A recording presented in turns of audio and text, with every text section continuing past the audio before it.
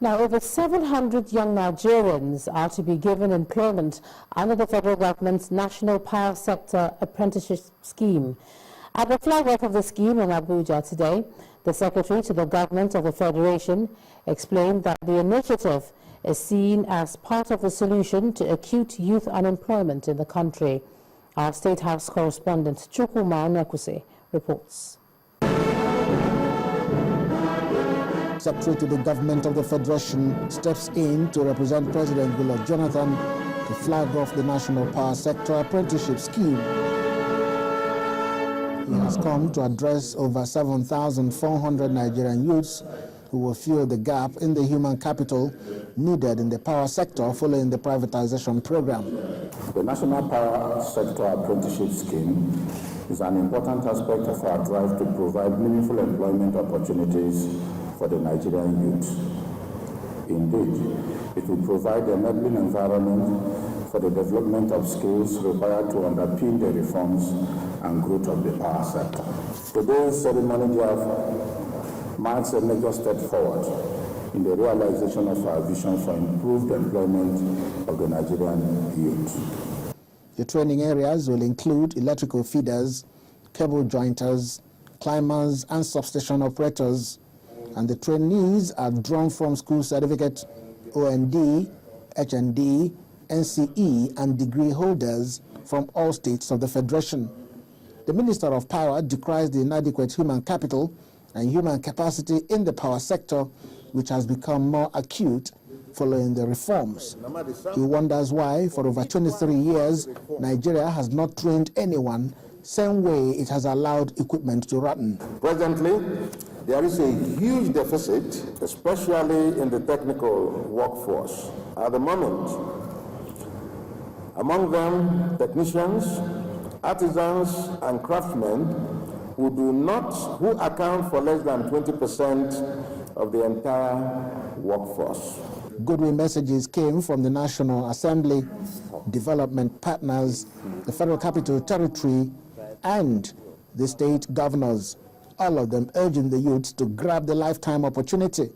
Mr. President, we greatly applaud your concern for the youth of this country, which you have demonstrated by empowering them through the SHOPI program and now the NAPSAS program. For any government of any country to think of progressive development, be it sequential or otherwise, the first port of call is to assist or ensure that the youths are duly empowered. The beneficiaries have already been taken in for the training. Who knows, in the next few months, they will be among the ones that Nigerians will begin to trust in the effort to enjoy steady power supply. Chukwuma Onwekusi, Channels Television News. Lagos citizens in 9 local government areas will not be able to get their permanent voter cards from tomorrow, November the 7th, as planned by the Independent National Electoral Commission.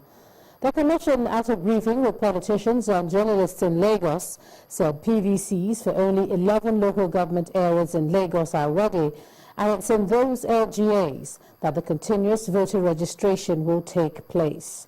Our political correspondent Seun Okinbaloye reports. It is the eve to the start of the distribution of permanent voter cards in Lagos and 12 states of Nigeria in the third phase of the exercise.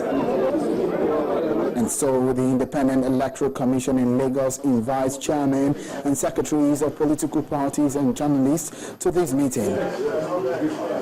At first, no clue as to what the commission wants to tell us, and eventually the resident commissioner in Lagos breaks the news. Unfortunately, we've not been able to receive the PVC for all the local governments. We are in custody of permanent voters cards for 11 local governments. And what we say, shock and dismay written over the faces of the politicians seated here, and when they get the opportunity to ventilate their concerns, it is clear they are dispirited. Definitely, no matter what we said, even for political parties, we cannot convey any serious meeting between now and tomorrow. I am going to express our displeasure and to tell you, sir, that a decision will be taken by our party today, whether we're going to be part of that exercise or not. Gentlemen of the press. The INEC rec, of course, responds, but one thing missing in his explanation is the reason the PVCs for all the LGAs are not ready. But you've not told us the cost of what the problem is. We want to actually know where you print the cards from. Is it printed in Nigeria? Is it printed outside this country? Why are we having this problem? Privileged information as if that the contractor handling the exercise, I think the assignment appears too big for him, right? And that is why there was this, because of the volume of the job. In the face of this bombshell from INEC, the concern is that given the credibility the Commission has built for itself over the past few years, this clumsy arrangement may just send a wrong signal as the general elections are just about 2 months away. Sheung Okimbaloye, reporting for Channels Television News. Now, in spite of what's going on with the PVC distribution, the Lagos State Governor, Pt.2 Fashola, has again appealed to residents to take advantage of programs lined up by the Independent National Electoral Commission to produce credible leaders in next year's general election. And he made that appeal at a public sensitization forum ahead of the distribution of the PVCs. Our correspondent Kelvin Obeten reports. It's a large turnout of residents here at the LTV Blue Roof Auditorium. Perhaps an indication of the importance people place on the forthcoming elections. The forum is premised on the INEC programs, beginning with the distribution of permanent voters' cards. Governor Pt.2 Fashola urges the people to see the exercise as the beginning of the journey that will determine their desired future. No work that you have is too important. Dedicate 1 day to gain 4 years. Dedicate a few hours to secure your own life. Spare some time so that your children can receive better education. If your names are not on that voters register or you registered last time, your PVC is not there, don't worry.